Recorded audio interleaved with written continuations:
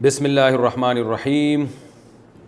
افطار اذان پر کریں یا وقت پر؟ ساجد عزیز نے امریکہ سے پوچھا ہے، روزہ سورج غروب ہونے کے وقت افطار کرنا چاہیے یا اذان ہونے پر کرنا چاہیے، کیونکہ ان میں 2 منٹ کا فرق ہوتا ہے؟ جناب، روزہ سورج غروب ہونے پر کیا جائے گا، اور سورج غروب ہونے کا جو ٹائم نقشوں میں لکھا ہوتا ہے، احتیاط اس میں ہے کہ اس سے تھوڑا سا ٹھہر جائیں آپ، کیونکہ بعض دفعہ اس ٹائم پہ سورج غروب ہوتا نہیں ہے، اس کی بہت ساری سائنٹیفک وجوہات ہیں۔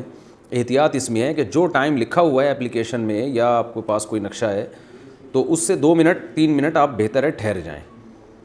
تو اس لیے یعنی تھوڑا سا اور اطمینان کر لیں آپ، گھڑیوں میں بھی بعض دفعہ فرق ہوتا ہے۔ اب اذان پہ اس لیے نہیں کہا جا سکتا کہ کیا پتہ اذان ٹائم پہ دے رہا ہے بندہ یا نہیں دے رہا، بعض دفعہ اذانیں ٹائم پہ سے پہلے بھی ہو جاتی ہیں، بعض دفعہ لیٹ ہوتی ہیں۔ تو اگر آپ کو یہ اطمینان ہے کہ آپ کے مسجد کے مؤذن صاحب واقعی غروب آفتاب کا یقین ہونے کے بعد اذان دیتے ہیں، تو پھر اذان پہ روزہ کھولیں، ورنہ اصل مدار جو ہے وہ غروب آفتاب پر ہے۔ کیا موبائل پر زکوٰۃ ہے؟ کیا موبائل پر زکوٰۃ فرض ہے؟ طارق خان۔ جناب، موبائل پر زکوٰۃ فرض اس صورت میں ہے کہ موبائل آپ نے بیچنے کے لیے خریدا ہو، یا آپ کی موبائل کی شاپ ہو جس میں موبائل آپ نے بیچنے کے لیے رکھے ہوئے ہیں، تو ان تمام موبائلوں پر، یا بلکہ جو بھی سامان پڑا ہوا ہوگا بیچنے کے لیے، اس سب پہ زکوٰۃ لازم ہوگی۔ ورنہ اگر موبائل آپ کے استعمال میں ہے یا ویسے ہی رکھا ہوا ہے، بیچنے کے لیے نہیں خریدا آپ نے، تو اس پہ پھر زکوٰۃ لازم نہیں ہے۔ کہ کمیٹی کے پیسوں پر زکوٰۃ کا حکم۔ اقبال صاحب راول پنڈی سے پوچھتے ہیں کہ میں نے کمیٹی ڈالی تھی، نیت یہ تھی کہ یا تو اپنی بیٹیوں کی شادی کرنی ہے یا پھر ان کے لیے پلاٹ یا مکان لوں گا، تو ان پیسوں میں زکوٰۃ ہوگی یا نہیں ہوگی؟ بالکل ہوگی، کیش اماؤنٹ میں ہر صورت میں زکوٰۃ ہوتی ہے۔ آپ کی اگر کمیٹی نکل چکی ہے تو جو پیسے خرچ ہو گئے وہ تو ہو گئے، جو زکوٰۃ کی تاریخ میں جو اماؤنٹ آپ کے پاس موجود ہے وہ، اور جتنے کمیٹی کے پیسے آپ نے ابھی قسطیں دینی ہیں، تو وہ قسطیں آپ مائنس کریں، جو اماؤنٹ بچے گا اس پہ آپ 2.5% زکوٰۃ دیں گے۔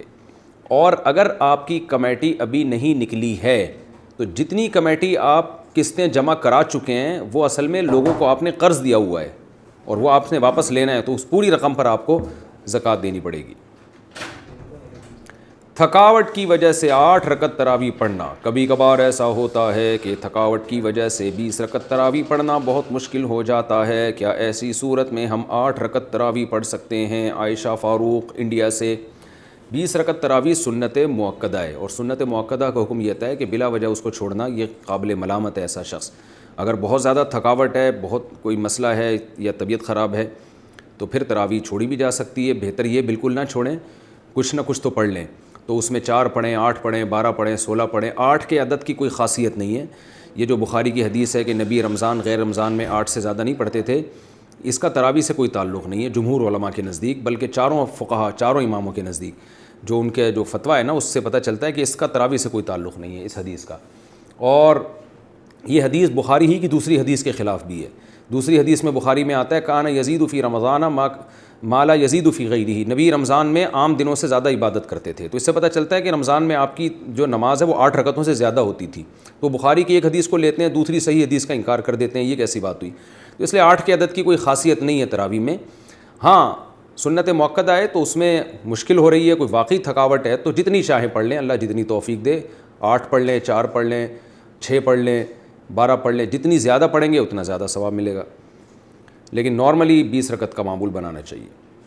اچھا، یہ 8 رکعت میں یہ بھی ہے کہ اگر تراویح آپ کے لیے کھڑے ہو کر پڑھنا مشکل ہو رہا ہے تو بیٹھ کے بھی پڑھی جا سکتی ہے۔ تھکاوٹ زیادہ ہے تو بیٹھ کے پڑھ لیں آپ، تو 20 پوری کر لیں لیکن بیٹھ کے کر لیں، تو یہ بھی بہتر ہے۔